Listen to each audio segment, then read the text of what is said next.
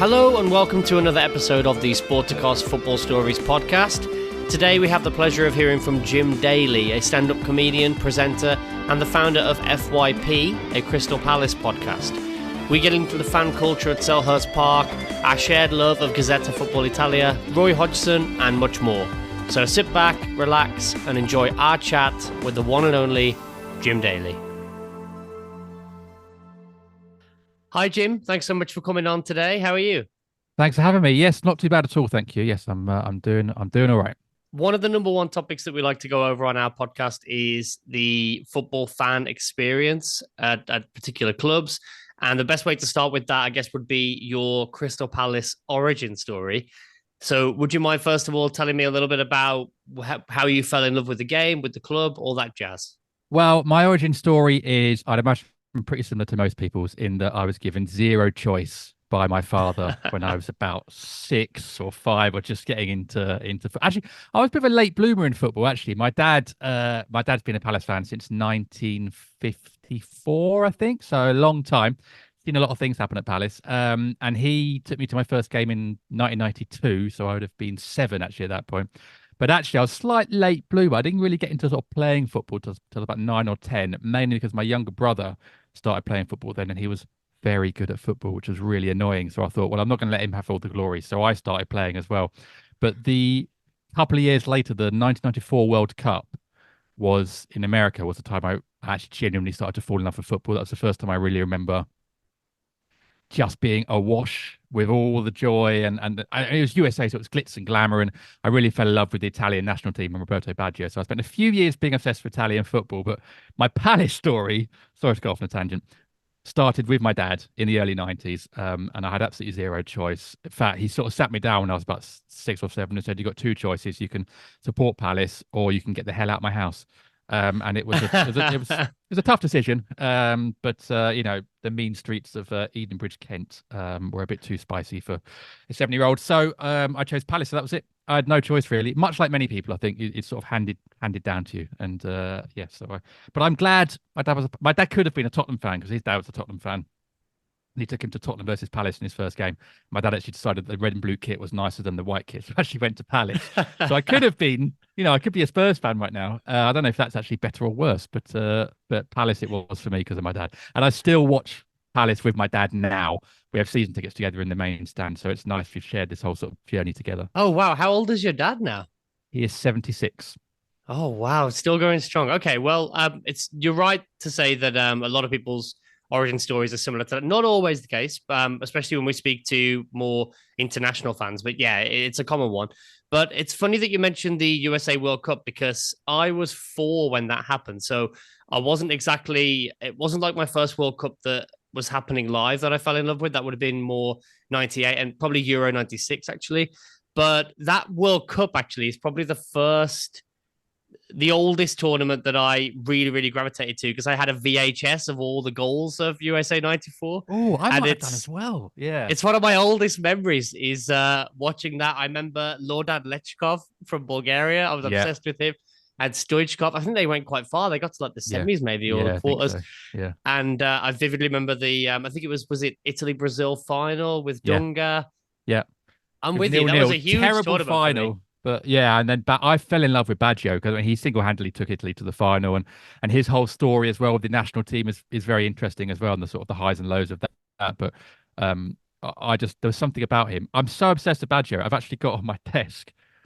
I don't think it's actually going to be in the little. What is it called? A bobblehead? The bobblehead, not quite bobble, but it's the little footballer head things. And I got one of Baggio so cool. in his Brescia kit from later on in his career. I've actually got a whole host of them here on my desk. I've got a Del Piero one as well because I then became a Del Piero fan when Baggio left Juve to go to AC Milan. And I guess you were a Gazzetta Football Italia watcher as well then. Massive. I was obsessed with it. Absolutely. To the point where one morning my best friend at primary school, John, he and his brother and his dad were driving to France for the day, and I said, I'll come with you. That'd be great. And then it got to Saturday morning, and I'd forgotten that I was going to miss Gazzetta Football Italia. And even though I taped every single episode to then watch back over the weekend and the next week, I was so stressed about watching it live, I didn't go. And I had a whole meltdown on my front porch, and in the end I didn't go. And John and his dad were like, "You don't want to go because you want to watch James Richardson talk about, yeah, but yes, and Peter Brackley. This is important to me.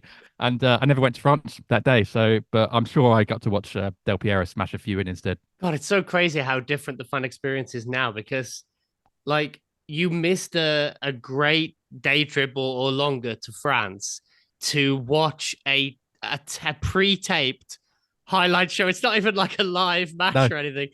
And you could have easily watched it the next day, but you were that dedicated to watching Gazzetta Football Italia in real time. And who knows where my life would have gone if I'd gone to France? You know, I could have fallen in love with the French culture. I could have studied French at university. I could be living in France right now. Who knows? That one butterfly effect. But I'm happy. I got to watch Gazzetta and still be in love with Italian football. So I'll stick with my decision. Do you remember? Were you there for the David Beckham halfway line thing? I bet you get asked that all the time, but that was at Selhurst Park, wasn't it? It was, but it was against Wimbledon. Oh, So oh yeah, of it course. was, So yeah, you but wouldn't have been there. my cousin, who is, and I've got Irish Catholic family. I've got 25 first cousins.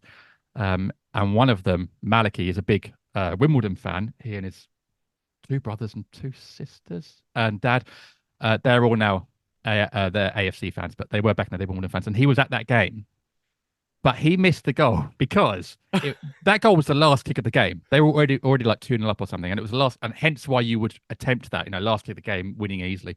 And he was reading the program, and he sat. Wasn't behind the goal because the away fans at that point were behind the goal, but I think he was on the Arthur Waite stand, which is like next to it, so at that end of the ground.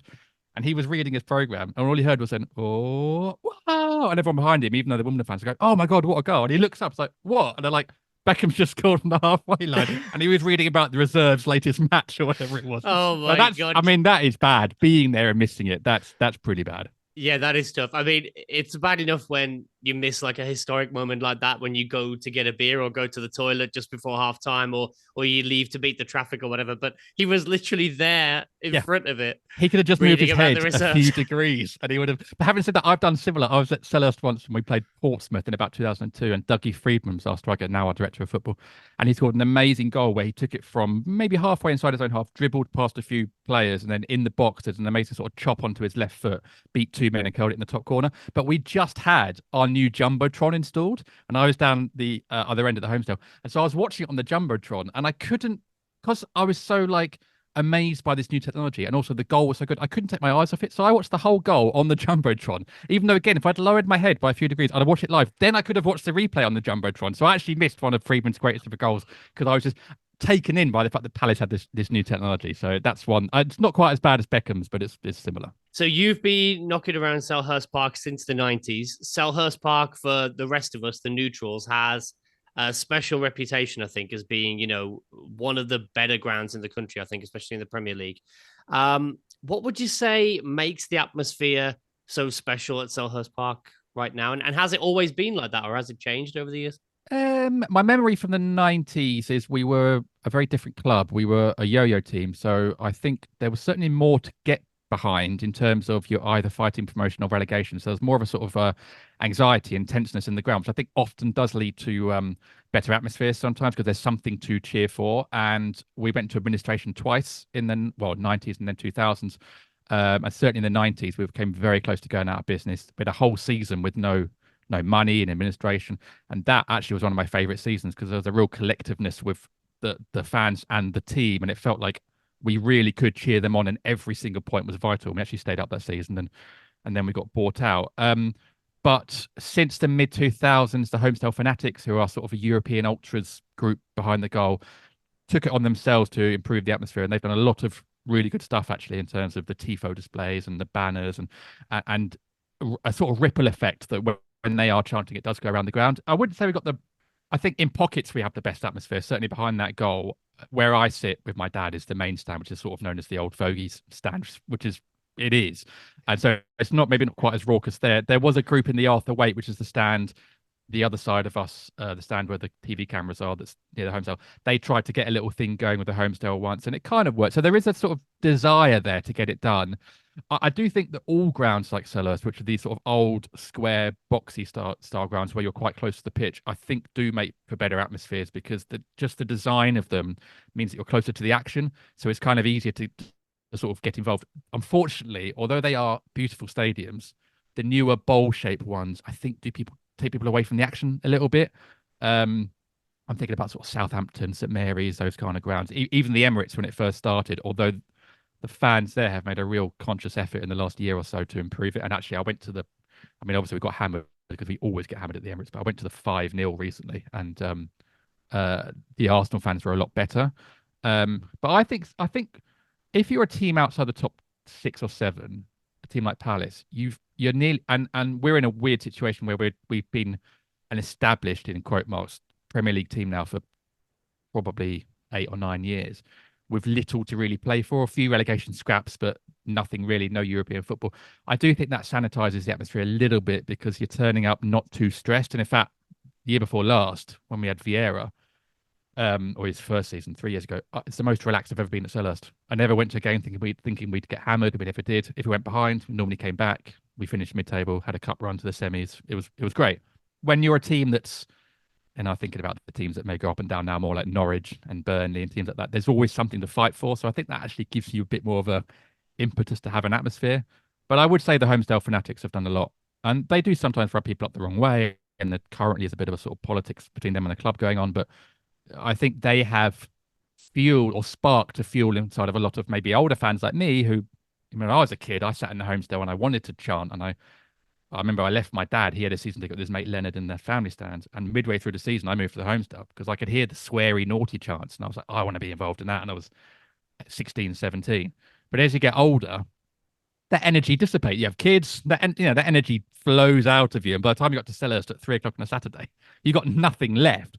But I do think there's a desire inside most fans to have that. And the Homesdale Fanatics do help fuel that a little bit, I think. But I do think, anyway, so back to your original question, that does come back, I think, to the sort of boxy shape of the grounds, as opposed to the kind of bowl shape of the newer ones. Yeah, definitely. I think it's something that you hear a lot from. I remember when West Ham first moved into London Stadium, their fans talked a lot about that. It seems like they've worked really hard to try and turn that around as well. And from what I can tell, it's working in places. But I wanted to move on to your work on FYP. As one of the hosts of the podcast, could you tell me a little bit about what you guys do and how it's grown over the years? Yeah, so we are I don't think it's unfair to call us the #1 Crystal Palace fans podcast. I feel a little bit egotistical, but I mean, I think we are by virtue of being the longest. We've been around for a long time, since 2008. So what's that, 16 years. And we started as a fanzine originally. I created a fanzine at university by the same name. And then around the late 2000s, before podcasts were really a thing, but inspired by the Guardian's World Cup podcast of 2 years previously, I thought I'd try it with FYP, and it turns out there was a desire for it amongst the fans, so we kept going, and we've grown. Certainly in the last 5 years, we've got a lot bigger. We've moved platform hosts, and we've really put a lot more effort into regular content. With our key angle, I think, being the quality. I think we try and keep the quality as high as possible in terms of the people that host it. I'm not saying that sounds really, not just me, but like we have lots of other people that host it as well. And the guests we come on are really well informed. We've got Dominic Fifield as one of the best Crystal Palace journalists in the country. We've got a guy called Adam Sells who produces goalie gloves for a lot of the Premier League, including Palace's goalkeepers, and used to coach at the club. So we're talking about really informed, insightful people. And that's really grown organically over the last 5, 6, 7 years. My background's in journalism and then sort of later comedy and entertainment and broadcasting. So I've actually learned a lot of skills through doing FYP, but about 4 or 5 years ago, I decided to try and do FYP full time. So I put a lot more effort into the scheduling and the equipment and all that kind of stuff. And I think it took us to the next level. And now we're able to, well, now we have a bar to sort of hit. And actually, I think that attracted then the people because I wanted to expand the hosting, because I've just passed my 500th episode as host. And objectively, that's enough episodes. I mean, when the Proclaimers thought, like, what's the longest distance we could walk to fall in love with, they chose 500. And so that's the most they could think of. That is, it's enough of anything, isn't it? So a couple of years ago, I made a decision to try and broaden our hosting pool. So I got a couple of guys on board called Jack Pearce and Joe Walker, and they were listeners and fans, and they've been absolutely brilliant. So I think that's come from the fact that we've tried to keep the quality high, so it's attracted people that respect that as well. So yeah, to be honest, we were ahead of the game when it came to podcasts, by some way, really. But then when the podcast boom of about 2014, 2015 happened, we really then had to catch up, I think, a little bit. So that helped us take the quality higher. But it's at its core, it's a very fun thing to do. You know, we all love talking about Palace, and I've enjoyed talking about Palace for a long time. But I've been conscious of spreading the wealth a little bit recently. So I'm really glad being able to branch out. We've got a very successful patron as well. So we do post-match podcasts as well and live episodes, and it's also been able to afford me a career in broadcasting and entertainment, and allows me to uh, fuel my craving of talking about Palace and also broadcasting. You'll know this, there's a creativity itch that you scratch as well when you're broadcasting and making something tangible, but also allows me the free time to then go and work on my comedy and my content creation and all that kind of stuff as well. So it's been a real blessing, really, that just was born out of a desire to create content around Crystal Palace. And do you guys still keep the fanzine going, either in like a print form or online? No, so we haven't. The last issue of that was probably a good 5 years ago. To be honest, I would say that peaked probably around the time the podcast started, late 2000s. But with the sort of boom of social media, it became harder because, I mean, social media, essentially people are saying what they say in fanzines, but just with more immediacy. So we had to really change how the fanzine looked. And then as everyone inevitably got older, and all the guys I do it with are my age, mid to late 30s, people had families and jobs, and it became harder to commit to making a quality fanzine. And we've done a few over the last 5 years. We've done one or two sort of like one-off editions. We are thinking about possibly doing a one-off edition at the start of next season. But it really is much more of an undertaking than it used to be. So you're mostly focused on the podcast side of things. Yeah. Is it audio only or video as well? Well, I would say that's the one area we're quite behind. We are mostly audio. I have, in the last 6 months or so, tried to do more video content. Again, the problem with that is just time.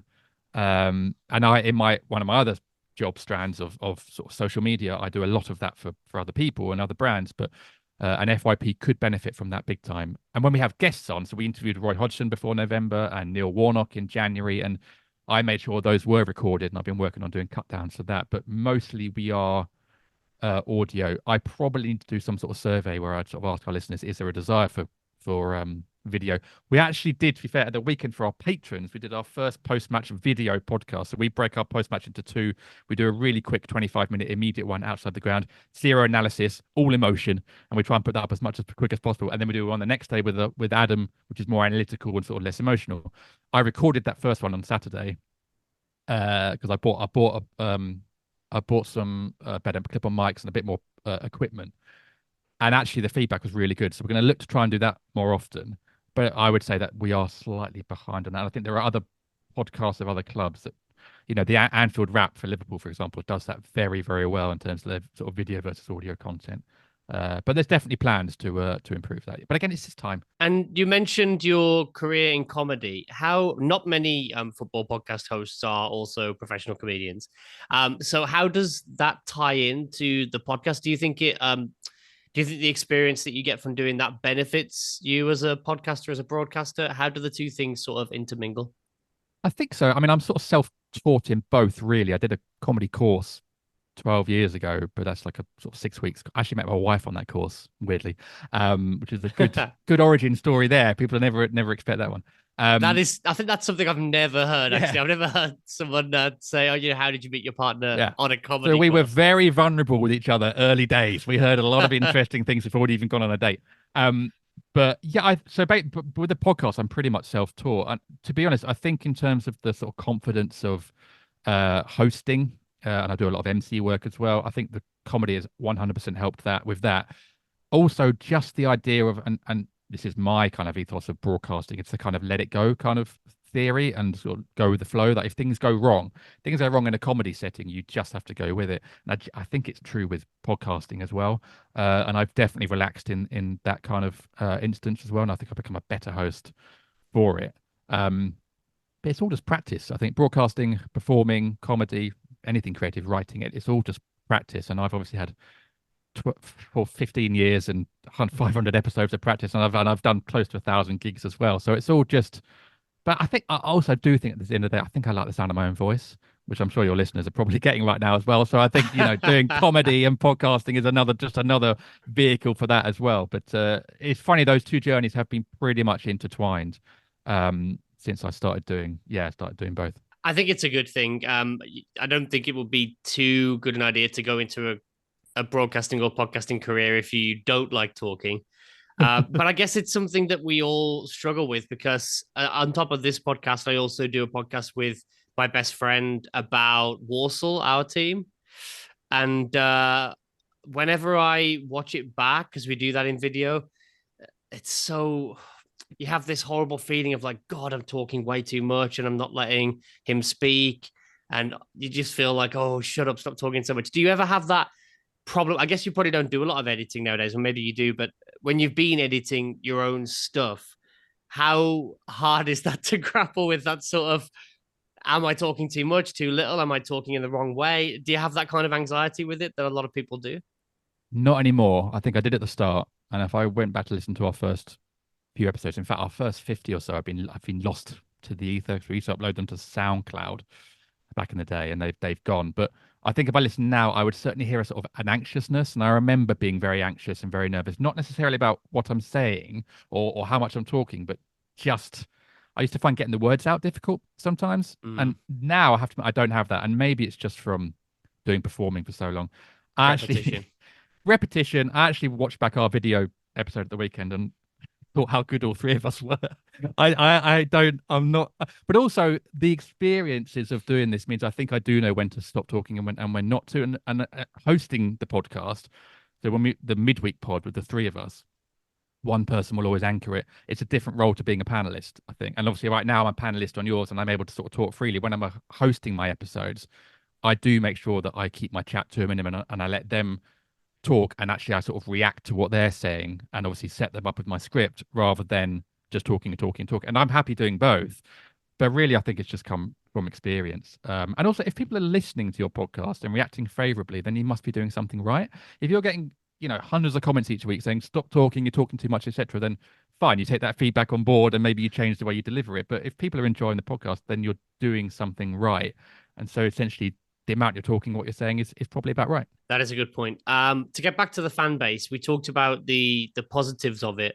All fan bases have their toxicity, I think, and especially nowadays with social media. Can you remember any particular periods where if there has been any, where the toxicity has gotten a little bit out of control or a bit out of your taste at Selhurst Park or online?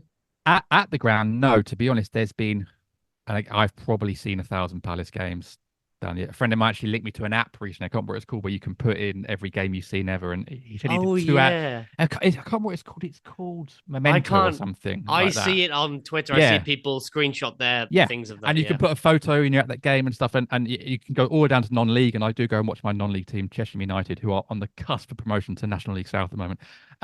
And he spent 2 hours doing like half a season. So at some point I'll take that on. But I must have seen 1,000 Palace games. In those 1,000 games, it's probably a handful of times that there's been crowd reactions I've not been happy with. I think generally Palace fans get it right in person. Online is a different beast. And actually I'd say, if I'm being totally honest, right now, or certainly in the last 6 months of Roy Hodgson's latest reign, is probably the most toxic I've seen online, to the point where I've actually stopped engaging with on Palace Twitter at the moment, because it's very, and I'm sure it's the same at every club, certainly online, it very reactive. It definitely is. Even in League Two, it is. It's very reactive. There's little, certainly straight after games, little context. There's little kind of like analysis. It's all like, I mean, it's literally, if we win, we're going to Europe. If we lose, we're going down. Whereas obviously over the course of the season, we all know that doesn't work like that. I've actually stopped on my main account, my main sort of professional comedy account. I've stopped really engaging anything. Anything I would say on Palace, you end up getting trolled. And it's not just me, all my mates the same, because there's just such a weird, it is a toxicity towards anything. I've actually created a new account just for fantasy football because I'm obsessed with FPL. I won't give out the handle because so far it's been untouched by trolls and no one's found it. And I'm able to say whatever I like. I'm actually able to put all my comedy content on there because, again, put my comedy stuff on the Jim Daly one. It gets trolled. There's so many Palace fans out there that aren't really a fan of what I do, which is fine. They're allowed to think that. But I've Or they're created this. not a fan of a take you had, like, I don't know, you said give Hodgson a chance, and Yeah. then Oh well, I therefore was. Yeah. all your I was comedy is terrible, everything you do is terrible. quite. I mean, again, it might be that they don't like the comedy, and that's totally fine. But like, I do think there is a sort of weird tribalism that comes with that, and I was actively very pro Hodgson, and sort of still am. Although I do think it probably was about the right time when he left at this most recent stint. So yeah, it is. I think it's probably across social media, all fans. And there's something post-pandemic. I think something has happened to sort of social media that has made people a lot more angry. I think with everything, not see it with Yeah. politics Twitter as well. I think is the same. But Palace is certainly not immune to that at the moment, and it's not a particular. And to be honest, even with FYP, we are talking at the moment about dialing back our social, certainly on Twitter, our frequency, and just putting up podcast updates, questions, and leaving it at that, because anything we do on there is also attracting a certain amount of toxicity. Well, let's talk about Hodgson because as an outsider, that was such a tricky situation because it's always hard when you see a manager that you think, yeah, probably it is the right time, and you could understand fans being a bit disgruntled. But then at the same time, you look back on the job that's been done over the years, over two stints, and you think, well, not that he deserves more time, but he deserves sort of, I don't know, to be treated well. And sometimes online, like you say, with Twitter, it doesn't represent the match going fan base, but it's it's tough to watch sometimes. I mean, do you think when the dust has settled that Hodgson will be remembered fondly by most Palace fans? I think he will, and there is actually a little bit of a sort of unofficial campaign at the moment to get him to come back to the last home game of the season and give him a sort of proper send off. I'd actually I don't know the man, but knowing of him, I actually don't know if that's what you want to do. I think he's actually quite a private person, just loves football. I'm lucky enough to interview him in November, and I really was sort of struck by and I don't mean this to sound ageist at all. Obviously, he's the same age as my. He's actually 10 days older than my dad. My dad's very proud about that. Like, well, I'm younger than Hodgson, so at least give me that. But you can tell Hodgson's obsessed with football, and there's a real sort of passion that comes through when he's talking about the game. And I imagine that's the sort of passion that kept him in the Palace job, and it kept Steve Parish, keeping him in his hot seat. I do think it's one. I think a lot of Palace fans online that were anti-Hodgson, I think, kind of forgot how old he was a little bit. And again, like, I'm not trying to turn this into an age debate, but the guy is 76. I think a lot of people said a lot of things online they would never say to a 76-year-old's face. I saw one particular Palace, will not name him, and I hope this isn't like can get back to what's the word I'm looking for, jigsaw identification. But one particular Palace podcaster went on a high-profile platform and said, "There's so much respect for Hodgson from us, and we wish him the best." And literally 2 days before, he'd tweeted something like, "Sack him now," or like, "Sack him before kickoff," or something. I was like, but again, I think it's just lack of clarity sometimes, lack of self-awareness, and also Overdose of passion as well. People overdose are of so passion. passionate. Completely, and I get that. And I think sometimes maybe I lack a little bit of that passion. And I think also Hodgson was the sort of manager that when things are going well, it's really easy to highlight what he's doing well. When it's going badly, it's really easy to highlight what's not going well and what you think he's not doing well. So I can totally understand why people were frustrated with him. I still think that he's the best manager we've ever had. When you look at his record of keeping, no other manager has kept Palace in the top flight for 5 years. And I think you'll always be fairly secure with him. I think the new guy, Glasner, has done really well and a great start, and we're all hopeful. But we are all also tinged by previous managers who had good starts, and even Vieira had a great first season and then was gone halfway through this. And I really liked Vieira.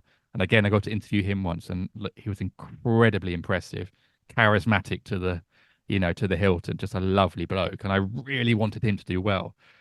So we'll see what happens to the new guy. But I think you're right. Once the dust has settled, I think some people will look at Hodgson slightly differently to how they did. I think possibly slightly with a bit, not embarrassment, but maybe sort of looking back and think, could I have been a bit kinder there? But Tiny bit of regret, maybe. Maybe. I mean, maybe not. I know some people now who are still fervently like, yep, he was time to go, and I never liked him, etc., etc. And that's fair enough. And I do, and as a sort of staunch Hodgson fan, I do wonder if actually coming back this season, so last summer, probably wasn't maybe the right decision, and actually the club needs to maybe try something different. But I can see why they went for him, and actually fair play to him at 75, saying, yeah, I'll take it on, and Ray Lewington as well for giving it a go. it's a shame the way it ended, but I do think that he's the sort of person that either end of the season or next season, if he ever comes back as a guest, I think from 99% of Palace fans will get a huge welcome and appreciation for what he's done. When you interviewed him, I'm sure it was obviously almost 100% Palace related, but did you get any Serie A tidbits out of him? Did you ask him anything about his No, time in Italy? no, I didn't. I should have, because I remember him being Inter manager, and I think he had Ronaldo and Roberto Carlos. I think was around, and probably I'm guessing Javier Zanetti as well. No, I didn't ask him And about this that. was way back in the day. So, I mean, you would have been a teenager probably then at the height of your fandom, I suppose, for Yeah, Syria. yeah. I'd have been 13, 14, like yeah, absolutely into it, and not far away from getting back into Palace, to be honest. And a couple of years later, I've got a season ticket, and Palace are in administration, and I'm in the Homesdale, and I transferred that passion into sort of my my local team, which was good. But no, Hodgson was lovely guy. He actually presented me. I'm in the wrong part of the house. I got it in the living room. A signed shirt with FYP 500 on the back that he'd signed, which was completely unexpected and really nice. And I've actually had it framed. Turns out framing shirts cost a lot of money. I did not know how expensive it was, but I thought it's the only shirt I'm ever going to frame. I got like the non-reflective glass, and I got like multicolored. Oh, it was quite a lot, but it sits proudly in my living room now. And, That is so cool. every time I look at it, I always think how lucky I was to have that moment, and the fact that he gave us an hour and a half of his time. Busy guy, didn't have to do it. Um, the only tidbit I got was he was not. I hope I can say this. We just played a recent game, and he was not happy with the other coaching team's conduct on the touchline. They were a lot more shouty and in your face, and that's obviously not Hodgson's thing. And he hadn't quite enjoyed that. Let's say that, which I guess is not a big surprise. It's not kind of the way he acts, but he was a bit grumbly about how that had gone. But no, other than that, very professional. No real kind of like too much football gossip, and a very passionate about Palace, and said some really nice things about the podcast and sort of our place in the Palace fandom, which was again unexpected and very appreciated. Well, you've turned a page now, as you mentioned. Oliver Glasner's come in.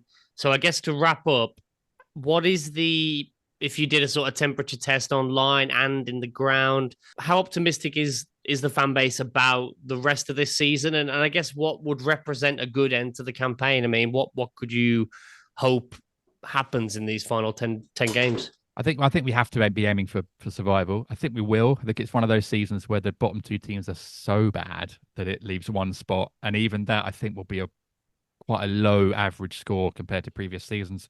I think I saw on Sky it's like 34.7 points in theory is the average that would keep you up. So Palace only need a couple more wins, which I think they will get. They've looked a lot more attacking under Glasner. They're playing about 15 yards further up the pitch. The new signings, which admittedly came under Hodgson, Munoz and Wharton, have settled really well. Munoz is offering us way more than we've had down the right in the last 5 years, really. There's definitely a sort of an air of, if not excitement, sort of maybe buoyancy back at Selhurst. It helped by playing Burnley in his first game, and Burnley were awful, absolutely terrible. Yeah. So if we hadn't won that, I think there would have been question marks. Thankfully, we sort of easily we should have beaten Luton last weekend, and again the old Palace problems are sort of focused in the last few minutes crept in again. But I think we've seen enough, even in the first 65, 60, 70 minutes against Tottenham. I think we lost that 3-1, but I think we could see there's enough happening in the team that I think we'll be okay. We'll probably end up 12th or 13th again. That's what we've done for the last 5 years, whatever it is. So that seems to be our home in the Premier League. I think the summer will be really interesting because we'll almost certainly lose Michael Elise, possibly Mark Gahey as well. So he'll have money to spend. Well, I say he will. Dougie Freedman, if he stays and doesn't go to Man United, will have money to spend. And they've shown recently they can reinvest that into up and coming talent. Elise, Eze, Gahey, all these players that have played in the Championship and really transitioned to the Premier League really well. So I'm fairly confident they'll do that. I like the new guy. He seems really nice. He seems really passionate, knowledgeable. By all accounts, from what I've heard, the players really like him. And there's not that they didn't like Roy. I think a lot of them really liked Roy and wanted him to work out for him. But we are where we are. So everything seems positive. Barring sort of getting absolutely hammered or going on a horrendous run towards the end of the season, which I can't really see, then I think we'll go into the summer with quite a lot of confidence about next season. And if we can get the transfers right this summer, then we could have a great, it could be like Vieira's first season, and we could have a really lovely, fun time playing some attacking football higher up the pitch and scoring lots of goals, which has been a problem recently. So I'm fairly confident. I'm not going to say the the Dutch manager's name, the 3-letter name that we had a couple of years ago that lasted 4 games. That name is banned in South London. It's very different to that already. You're getting a very different feel just in the way that this guy holds himself and talks about the game and the way the players are responding to him. And also the options in the squad. He's playing a similar system, but he's got the players to play it now, whereas that previous manager didn't do that and was playing centre mids at centre back and left wingers at right wing back, and it was all over the place. So I think we'll be okay. But it's very early days to say. He hasn't really had any sort of proper tests yet. He's got the same problems that Hodgson's had in terms of recruitment or less so recruitment, more squad depth and options off the bench. And it's interesting, actually, I've seen quite a few people online, certainly after the Luton game, making the same complaints about the manager they made about the previous manager. And it comes down again to options off the bench, really, when you're looking to see out games. And like for like, we don't have a like for like, option for, say, Adam Wharton. We brought on Will Hughes, great player, very different, doesn't offer the same. Hamada came on for IU in that forward number 10 position. Different player, doesn't offer the same. And it was quite refreshing to see the same fans moaning about Hodgson's issues actually moaning about the same. And it made me think, oh, maybe it wasn't quite personal. Maybe it was actually just down to situational. So yeah, he's got a task on, but I think he's had a good start, and that's been really important. So hopefully onwards and upwards with Glasner ball. I don't think yes. No one's calling it that, I don't think. No, but maybe this is the beginning. Maybe we started something. Well, fingers crossed that it'll be a good fit. Fingers crossed for the rest of the season for you. And hopefully, as you said, reinvesting in the summer, we can see Palace sort of knocking around in the top half maybe next season with some luck. But Jim, nice. I'd like to thank you so much for coming on. Really, really appreciate it. And I hope you enjoy the rest of your day. You too, Craig. Thanks for having me.